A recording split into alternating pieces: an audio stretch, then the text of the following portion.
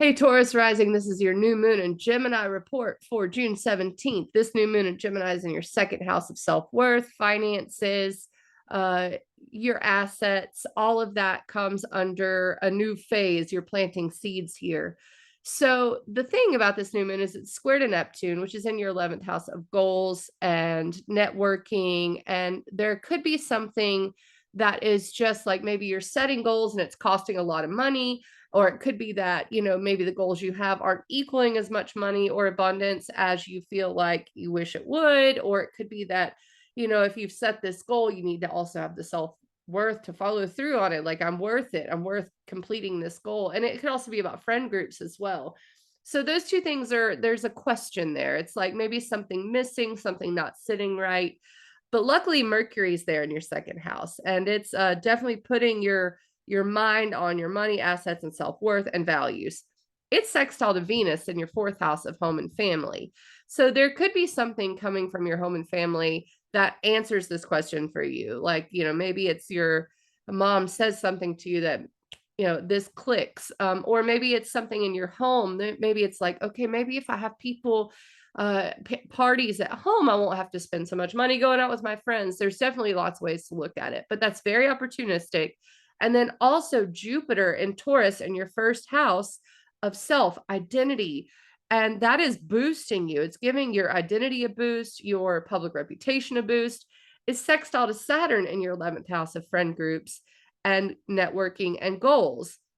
So even though there's the square to Neptune, something about you as a person and your goals and your friend groups are really becoming foundational, and it's also helping to answer a question.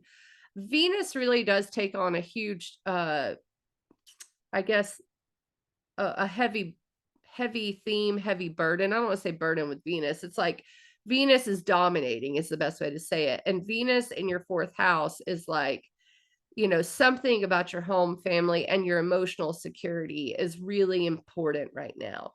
Keep in mind, Venus will square Uranus, so will Mars from your fourth house to your first house. So your values about who you are, about how you present yourself, about the way people see you, and your home and family are in tension in some way. And that's going to happen over the whole summer. It's like maybe that, the persona you're trying to put off or the person you want to be is not jiving with the home or with the, living at home or the people in your home, or maybe your emotional security, something has to adjust. So that's going to happen, but that's ongoing pretty much throughout the summer. I would encourage you to think about your home and your family and how that might need to be reevaluated based on your identity coming up, based on how you appear to people, how people see you, how you put yourself off to people.